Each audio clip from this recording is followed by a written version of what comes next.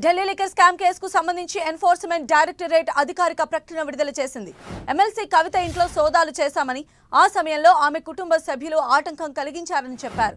ఆప్ లీడర్లతో కలిసి అక్రమాలకు పాల్పడినట్లు తేలిందన్నారు.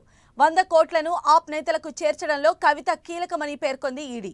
ఇప్పటి వరకు 245 ప్రాంతాల్లో సోదాలు జరిపామని ఈడీ చెప్పింది. ఢిల్లీ, హైదరాబాద్, చెన్నై, ముంబైలో తనిఖీలు చేశామన్నారు.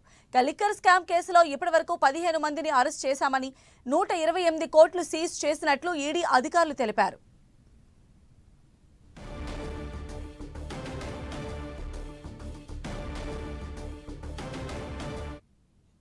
ఈ కేసుకు సంబంధించిన మరిన్ని డీటెయిల్స్ మా ప్రతినిధి గోపిని అడిగి తెలుసుకుందాం. Gopi, Delhi liquor scam money laundering కేసులో బీఆర్ఎస్ ఎమ్మెల్సీ కవిత అరెస్టుకు సంబంధించి ఒక అధికారిక ప్రకటనను ఎన్ఫోర్స్మెంట్ డైరెక్టరేట్ విడుదల చేయడం జరిగింది. ఈ కేసులో కవిత కుట్రదారుగా, లబ్ధిదారుగా ఉన్నారు. ఆమ్ ఆద్మీ పార్టీకి 100 కోట్ల రూపాయల ముడుపులు అందించారు అని చెప్పి ఎన్ఫోర్స్మెంట్ డైరెక్టరేట్ ఈ ప్రకటనలో పేర్కొనడం జరిగింది.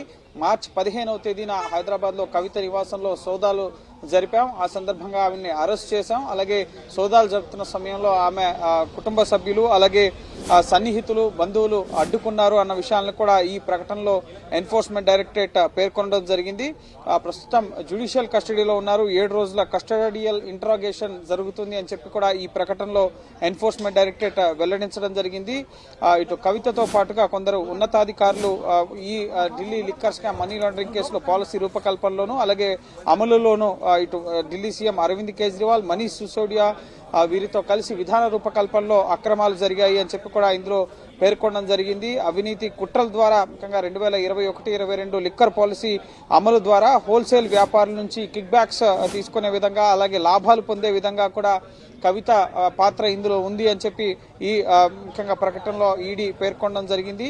మొత్తం ఇప్పటి వరకు కూడా ఈ కేసుకు సంబంధించి ఎన్ఫోర్స్మెంట్ డైరెక్టరేట్ ఢిల్లీ, హైదరాబాద్, అలాగే చెన్నై, ముంబై సహా దేశవ్యాప్తంగా 245 ప్రాంతాల్లో సోదాలు చేసినట్లుగా కూడా ఎన్ఫోర్స్మెంట్ డైరెక్టరేట్ పేర్కొంది. అలాగే ఆమ్ ఆద్మీ పార్టీకి సంబంధించిన మనీష్ సిసోడియా, అలాగే సంజయ్ సింగ్ తో పాటుగా ఇప్పటి వరకు ఈ కేసులో 15 మందిని అరెస్ట్ చేసినట్టుగా కూడా ఎన్ఫోర్స్మెంట్ డైరెక్టరేట్ ఈ ప్రకటనలో పేర్కొనడం జరిగింది. అలాగే ఇప్పటి వరకు ముఖ్యంగా ఒక ఛార్జ్ షీట్ ని 5 అనుబంధ ఛార్జ్ షీట్లను కూడా ఫైల్ చేశాం. ప్రస్తుతం ఫర్దర్ ఇన్వెస్టిగేషన్ జరుగుతోంది. సుమారు 128.79 కోట్ల ఆస్తుల్ని అటాచ్ చేసినట్లుగా కూడా ముఖ్యంగా 2 సార్లు, ముఖ్యంగా గతేడాది జనవరి 24, అలాగే గతేడాది జూలై 3వ తేదీన, సో మొత్తం 2 సార్లు 128 కోట్ల ఆస్తులు అటాచ్ చేసినట్లుగా కూడా ఈ ప్రకటనలో పేర్కొంది. అలాగే ఫర్దర్ ఇన్వెస్టిగేషన్ జరుగుతుందని చెప్పి కూడా ఈడీ వెల్లడించడం. అయితే ఈడీ అంటే 7 డేస్ కవితకి సంబంధించి వచ్చిన నేపథ్యంలో ఇంకా ఇన్వెస్టిగేషన్ అనేది కొనసాగుతున్నటువంటి ఈ టైంలోనే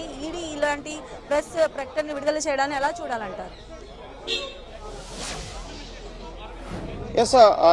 తొలిసారి ఎన్ఫోర్స్మెంట్ డైరెక్టరేట్ ఇలాంటి ప్రకటన విడుదల చేయడం, ఎందుకంటే హై ప్రొఫైల్ కేసు ఇది. రాజకీయ ప్రముఖులు అరెస్ట్ అవుతున్నారు. సో బీఆర్ఎస్ నుంచి, తెలంగాణ నుంచి మాజీ ముఖ్యమంత్రి కుమార్తె, ప్రస్తుతం ఆవిడ ఎమ్మెల్సీగా ఉన్నారు. సో ఈ కేసుకు సంబంధించి సౌత్ గ్రూప్ నుంచి కీలకంగా ఉన్న వ్యక్తి కవిత. సో రిమాండ్ రిపోర్ట్ లో కానీ, అలాగే ఛార్జ్ షీట్ లో కానీ అనేక సార్లు కవిత పేరు ప్రస్తావనకు వచ్చింది. కవితను ఎందుకు అరెస్ట్ చేశారో అన్న అంశానికి సంబంధించి ప్రజలకు ఒక స్పష్టత ఇవ్వాల్సిన బాధ్యత ఎన్ఫోర్స్మెంట్ డైరెక్టరేట్ పైన ఉంది. ఎందుకంటే ఎన్ఫోర్స్మెంట్ డైరెక్టరేట్ ని కేంద్ర ప్రభుత్వం దుర్వినియోగం చేస్తుంది, రాజకీయ కక్ష సాధింపులకు వాడుకుంటుంది అన్న ప్రచారం ఒక పక్క జరుగుతోంది. ఈ నేపథ్యంలోనే ఎన్ఫోర్స్మెంట్ డైరెక్టరేట్ అసలు కవితను ఎందుకు అరెస్ట్ చేయాల్సి వచ్చింది అన్న విషయాల్ని ఈ ప్రకటన ద్వారా ప్రజలకు తెలియపరచడం జరిగింది. సో కవిత పాత్ర ఇందులో ఉంది. లిక్కర్ పాలసీ 2021-22కు సంబంధించి కేజ్రీవాల్, అలాగే సిసోడియా, ఇతర ఉన్నతాధికారులతో కలిసి అవినీతి కుట్రలకు పాల్పడ్డారు. కిక్ బ్యాక్స్ వచ్చే విధంగా, లాభాలు ఆర్జించే విధంగా, ప్రభుత్వ ఖజానాకు నష్టం వాటిల్లే విధంగా వ్యవహరించారు అన్న అంశాలని ఈ ప్రెస్ నోట్ ద్వారా ఎన్ఫోర్స్మెంట్ డైరెక్టరేట్ ముఖ్యంగా వెల్లడించడం జరిగింది. సో అసలు ఎందుకు కవితను అరెస్ట్ చేయాల్సి వచ్చింది అన్న విషయాలను కూడా ఈ ప్రకటన ద్వారా ఎన్ఫోర్స్మెంట్ డైరెక్టరేట్ వెల్లడించింది. ఇప్పటికే దేశవ్యాప్తంగా అనేక చోట్ల సోదాలు చేశారన్న విషయాన్ని కూడా, ఇందులో 245 ప్రాంతాల్లో సోదాలు జరిగాయన్న విషయాన్ని కూడా ఈ ప్రకటనలో పేర్కొనడం జరిగింది. సో అసలు కవిత ఎందుకు అరెస్ట్ అయ్యారు అన్న అంశాలకు సంబంధించి చట్టవిరుద్ధంగా అరెస్ట్ అయ్యారు, ఈ అరెస్ట్ ని వ్యతిరేకిస్తున్నామని చెప్పి కవిత, అలాగే కవిత కుటుంబ సభ్యులు, బీఆర్ఎస్ నేతలు చెప్తున్నారు. జరుగుతున్న నేపథ్యంలో సో ఎందుకు కవితను అరెస్ట్ చేయాల్సి వచ్చింది అన్న అంశానికి సంబంధించి ఈ ప్రకటన ఆలస్యంగా వెలుగులోకి వచ్చింది. నిన్న 17వ తేదీ మీదే ఈ ప్రకటన అనేది ఉంది. సో ఖచ్చితంగా ఒక క్లారిటీ ఇచ్చేందుకే కవితను ఎందుకు అరెస్ట్ చేశారు, అలాగే ఇప్పటి వరకు దర్యాప్తు ఏ విధంగా సాగుతోంది, ఎన్ని కోట్ల ఆస్తుల్ని అటాచ్ చేశారు, అలాగే ఎన్ని ఛార్జ్ షీట్లను దాఖలు చేశారు, సుమారు 15 మందిని అరెస్ట్ చేశామని కూడా ఈ ప్రకటనలో పేర్కొనడం జరిగింది. కేవలం కవిత ఒక్కతే కాదు, ఈ కేసులో అనేక మంది ఇన్వాల్వ్మెంట్ ఉంది. సో వారందరినీ కూడా అరెస్ట్ చేశామని చెప్పి కూడా ఈ ప్రకటనలో పేర్కొంటూనే ఫర్దర్ ఇన్వెస్టిగేషన్ జరుగుతోంది. అందులో భాగంగానే కస్టడీలోనే ఆమెను ప్రశ్నించేందుకే కస్టడీ కోరామన్న విషయాన్ని కూడా ఈ ప్రకటన ద్వారా తెలియపరచడం జరిగింది. సో ప్రస్తుతం 7 days ఈడీ కస్టడీలో ఉన్నారు. ఈ రోజు సెకండ్ డే. సో ఈ రోజు కూడా అనేక అంశాలపైన కవితను ఈడీ కస్టడీలో ప్రవర్తన్ భవన్ ఈడీ కేంద్ర కార్యాలయంలో ఆమెను ప్రశ్నించినట్లుగా తెలుస్తోంది. సో ఇప్పుడు సాయంత్రం 6 గంటల నుంచి 7 గంటల మధ్య కుటుంబ సభ్యులకు కలిసే అవకాశం ఉంటుంది. కాబట్టి కాసేపటి క్రితమే కేటీఆర్, హరీష్ రావు, అలాగే న్యాయవాది మోహిత్ రావుతో పాటుగా మాజీ మంత్రి ప్రశాంత్ రెడ్డి కవితను కలవడానికి ఈడీ కార్యాలయం లోపలికి వెళ్లారు. సో ప్రతి రోజు కూడా ఈ మార్చి 23 వరకు కూడా కస్టడీలో ఉన్న కవితను కలిసేందుకు కుటుంబ సభ్యులకు అవకాశం కల్పించడం జరిగింది. సో మార్చి 23 వరకు కూడా ఆవిడ కస్టడీలో ఉంటారు. మార్చి 23 మధ్యాహ్నం మళ్లీ ఆమెని రౌజ్ అవెన్యూ కోర్టులో ప్రొడ్యూస్ చేసి ఈ కేసు దర్యాప్తు పురోగతి ఎంతవరకు వచ్చింది, ఈడీ కస్టడీలో కవిత ఈడీకి సహకరించిందా, ఈడీ అడిగిన ప్రశ్నలకు సమాధానాలు ఇచ్చారా లేదా అనేది తదుపరి మార్చి 23న కవితను కోర్టులో ప్రొడ్యూస్ చేసిన సందర్భంగా మీడియాకి అలాగే కోర్టుకి తదుపరి ఈ కేసు దర్యాప్తు వివరాలు తెలిసే అవకాశం ఉంటుంది. ఒకవేళ కవిత సహకరించలేదు అని కనుక కోర్టుకి ఈడీ తెలిపినట్లయితే ఫర్దర్ గా మళ్లీ ఈడీ కస్టడీని ఎక్స్టెండ్ చేసే అవకాశాలు కూడా ఉన్నాయి. అయితే గోపి, మనం చూస్తే ఈ కేసు స్టార్టింగ్ నుంచి కూడా అంటే ఇప్పటి వరకు అరెస్ట్ అయిన శరత్ చంద్ర కావచ్చు, పిల్లే కావచ్చు, మాగుంట రాఘవ్ కావచ్చు, అంటే వీళ్ళందరినీ కేవలం పాత్రదారులుగానే భావిస్తోందా ఈడీ? అంటే మెయిన్ డీలింగ్ మొత్తం కేజ్రీవాల్, సిసోడియా, కవిత మధ్య జరిగాయని చెప్పి భావిస్తుంది అనుకోవచ్చా? ఆ రకమైనటువంటి కంప్లీట్ ఎవిడెన్స్ ఏమైనా సేకరించింది అనుకోవాలా? ఎలా చూడాలి ఇప్పటి వరకు జరిగినటువంటి ఈ కేసు ఇన్వెస్టిగేషన్? ఇప్పటి వరకు ఈ కేసుకు సంబంధించి ఎవరైతే ఎక్సైజ్ శాఖ కమిషనర్ గా ఉన్నారో అప్పుడు ఎక్సైజ్ శాఖ కమిషనర్ గా ఉన్న అరవ గోపీకృష్ణ కానీ ఇతర ఉన్నతాధికారులు ఎవరు కూడా ప్రభుత్వాధికారులు ఎవరు కూడా ఇప్పటి వరకు ఈ కేసులో అరెస్ట్ కాలేదు. లిక్కర్ వ్యాపారంలో వ్యాపారస్తులుగా ఉన్న వాళ్ళు, అలాగే భాగస్వాములుగా వ్యాపారంలో ప్రైవేట్ గతంలో ముఖ్యంగా 2021కి ముందు ఢిల్లీలో లిక్కర్ షాపులన్నీ కూడా ప్రభుత్వ ఆధ్వర్యంలోనే నడిచేవి. ఎటువంటి ప్రైవేట్ పార్ట్నర్స్ కి ఇక్కడ ఎంట్రీ లేదు. ప్రభుత్వ ఆధ్వర్యంలోనే ముఖ్యంగా రేషన్ దుకాణాలు ఏ విధంగా నడుస్తాయో అదే తరహాలో లిక్కర్ దుకాణాలు కూడా ప్రభుత్వ ఆధ్వర్యంలోనే నిర్వహించబడేవి. కానీ ముఖ్యంగా ప్రజలకి మెరుగైన సౌకర్యాలు కల్పించడం కోసం, అలాగే ప్రజల ఖజానాకి, ప్రభుత్వ ఖజానాకి ఆదాయం పెంచడం కోసం ఈ నూతన పాలసీని తీసుకొస్తున్నట్లుగా ప్రైవేట్ పార్ట్నర్స్ కి ఆహ్వానం పలకడం జరిగింది. ఆ సందర్భంగానే కవిత కానీ మాగుంట శ్రీనివాసరెడ్డి కానీ ఢిల్లీ సీఎం ని ఆశ్రయించారు. మేము కూడా ఇక్కడ ఢిల్లీ లిక్కర్ వ్యాపారంలో భాగస్వాములు అవుతామని చెప్పి వారు కేజ్రీవాల్ ని కలిసినప్పుడు 100 కోట్ల రూపాయల ఫండ్ ఇవ్వాలని చెప్పి ఆయన కోరారు.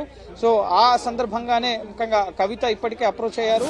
మాగుంట శ్రీనివాసరెడ్డి కేజ్రీవాల్ ని కలిసినప్పుడు మీరు కవితతో మాట్లాడండి అని చెప్పిన సందర్భంగా మాగుంట శ్రీనివాసరెడ్డి కవితను కలవడం, ముఖ్యంగా 30 కోట్ల రూపాయలు ఇటు అభిషేక్ బోయిన్పల్లి అలాగే గోరంట బుచ్చిబాబు ద్వారా ఇటు ఆమ్ ఆద్మీ పార్టీ నేతలకు ఇవ్వడం మొదటి దఫాగా 2021 మార్చి 20వ తేదీన. సో ఇదంతా వ్యవహారం జరిగింది. సో మొదట ఈ కేసుకు సంబంధించి కీలకంగా ఉన్న వ్యక్తి కేజ్రీవాల్ ముఖ్యమంత్రి. ఆ తర్వాత ప్రస్తుతం ఈ కేసులో అధికారికంగా A1 గా ఉన్న వ్యక్తి అప్పటి ఎక్సైజ్ శాఖ మంత్రి మనీష్ సిసోడియా. అలాగే ఆ తర్వాత ఈ కేసు దర్యాప్తు జరుగుతున్న కొద్దీ అసలు ఎవరు దీనికి కీలక సూత్రధారు, పాత్రధారాన్ని చెప్పినప్పుడు ముఖ్యంగా కేజ్రీవాల్ పేరు వినిపించింది. కేజ్రీవాల్ తర్వాత కవిత, ఆ తర్వాత సౌత్ గ్రూప్ కి సంబంధించిన వ్యక్తుల పేర్లన్నీ కూడా బయటకు వచ్చాయి. అయితే ఇన్వెస్టిగేషన్ మాత్రం గ్రౌండ్ లెవెల్ నుంచి టాప్ లెవెల్ కి జరుగుతున్న పరిస్థితి ఉంది.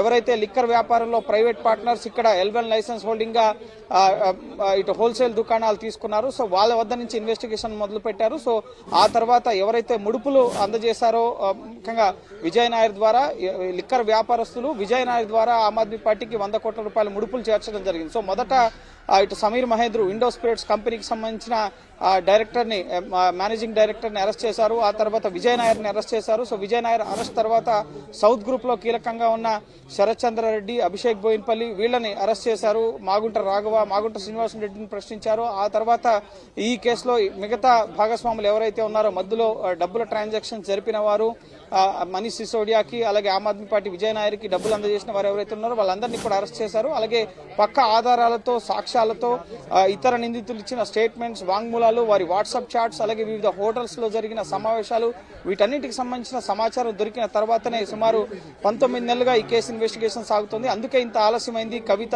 కేజ్రీవాల్ వరకు ఈ కేసు రావడానికి ఆలస్యం కావడానికి గల కారణం అన్ని ఆధారాలు, పక్క ఎవిడెన్స్ తో ఇప్పటివరకు ఒక చార్జ్ షీట్, 5 సప్లిమెంటరీ చార్జ్ షీట్లు ఫైల్ చేశారు. సో అన్ని ఆధారాలను ఉన్న తర్వాతనే ముఖ్యంగా కవితను అరెస్ట్ చేయడం జరిగింది. గతంలో కవితను ఏడాది క్రితమే ఆమెను ప్రశ్నించారు. గత ఏడాది మార్చి 11, మార్చి 20, మార్చి 21 తేదీలో ఆమెను ప్రశ్నించినప్పుడు అసలు నాకు ఈ కేసుతో సంబంధమే లేదు, వీరెవరో నాకు తెలియదు, ఈ కేసులో నేను అసలు ఈ కేసుకి నాకు ఎటువంటి సంబంధం లేదన్న సమాధానాలు కూడా ఇచ్చారు. ఆమె మొబైల్ ఫోన్స్ ప్రొడ్యూస్ చేశారు. కానీ ఆ మొబైల్ ఫోన్స్ మొత్తం కూడా ఫార్మాట్ చేసి ఈడీ అధికారులకు ఇచ్చారని చెప్పి ఈడీ అధికారులు ఇటీవల రిమాండ్ రిపోర్ట్ లో పేర్కొనడం జరిగింది.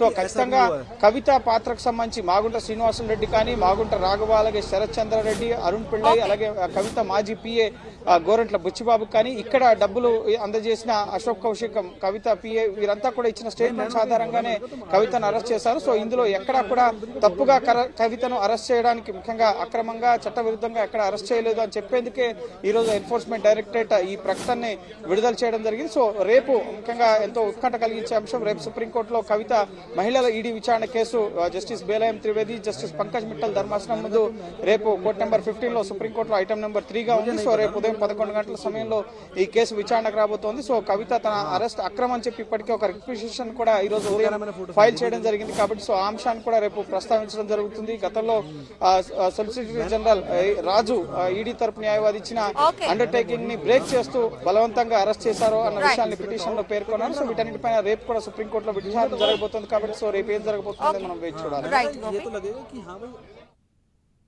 ఈడీ కార్యాలయానికి మాజీ మంత్రి కేటీఆర్, హరీష్ రావు వెళ్లారు. కస్టడీలో ఉన్న కవితను కలిసి ధైర్యం చెప్పారు. ఇప్పటికే తన అరెస్టు పైన కవిత న్యాయ పోరాటం చేస్తున్నారు. సుప్రీంకోర్టులో రిట్ పిటిషన్ దాఖలు చేశారు.